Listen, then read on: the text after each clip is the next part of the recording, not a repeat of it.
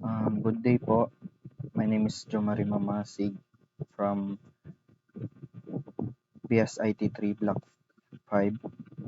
So this is my presentation po for my application. Name Focus sa Goal. So yung application ko po is for high school student para ma-improve po yung academic performance nila. So first po is this main screen po, which is nagko-contain siya na nandito yung title, the logo, and button para get started. So sa code po is ito po gumamit ako ng background color na blue.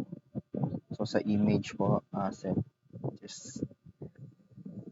is has width of 300 and height of 350. So ito po yung sa button, elevated button ginamit ko. And ito po yung para malipat siya sa next page sa on-press. So second page is student profile. Ito po mag-input ng yung students ng ano nila, infos nila, which is gumamit po ako ng text field, name, email, school, and password. So sa code naman po is then just text field, name, email, school, password, and sa button. And next page is continuation lang po siya ng student profile, which is grade level, age, parent or guardian name, and email address ng parents and guardian. So sa code naman is almost the same lang po sa second screen. And next is after nun, mapupunta na po siya sa dashboard, which is nandito po yung mga subjects, and ito po yung navigation button, navigation drawer pala, and dashboard code. Ito po yung sa navigation drawer, which is dinefine po yung routes dito sa dashboard, learning screen, homework screen, my progress, and my profile screen. And sa design naman po ng sa dashboard is gumamit ng background color na blue, and hard-coded text pa lang po itong mga ito. And wala po siyang function. So after po nun, punta pa tayo sa learnings, which is dito pwedeng mag-upload yung students ng modules or learning materials nila depending on subjects. Magse-select lang po sila ng subject, and then ito po yung pipindutin po to para maka-upload ng file, and then add materials lang po para ma-add yung files. Sa code naman, dito pa rin yung sa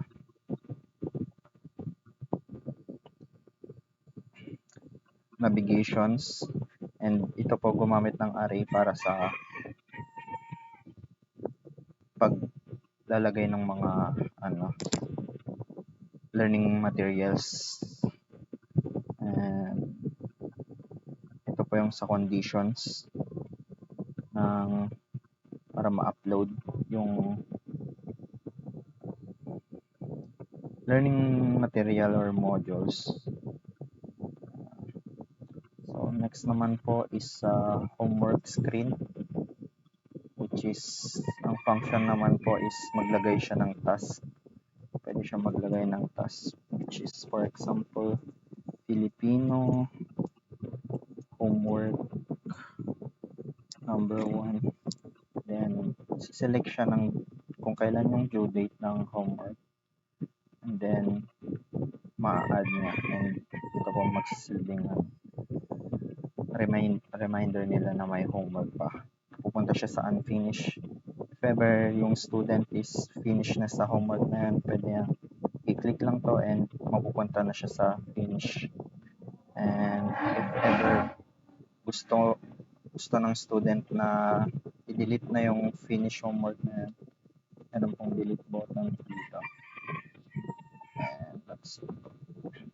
Next is sa my profile, just sa profile ng students, pwede niyang i-edit dito yung whatever na gusto niya palitan, and then pwede rin siya mag-enter ng image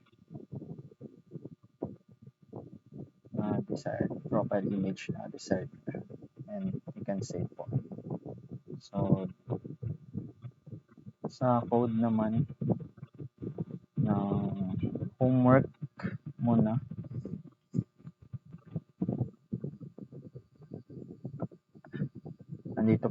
ito po yung sa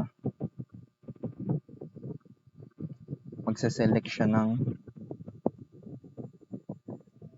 dates or sa calendar, yung date picker, and ito po yung condition sa if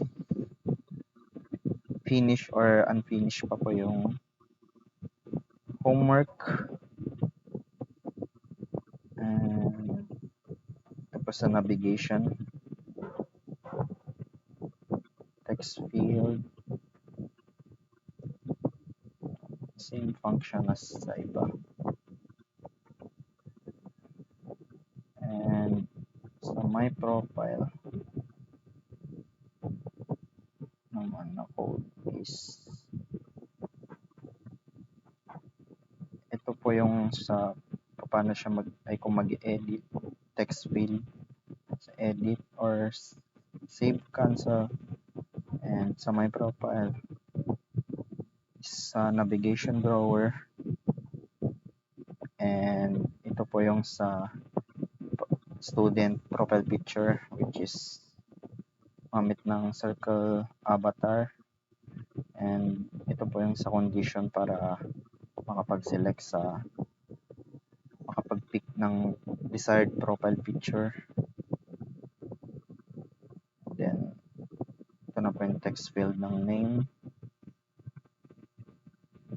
tapos yung sa button naman po ng save. So yun po. Thank you, sir.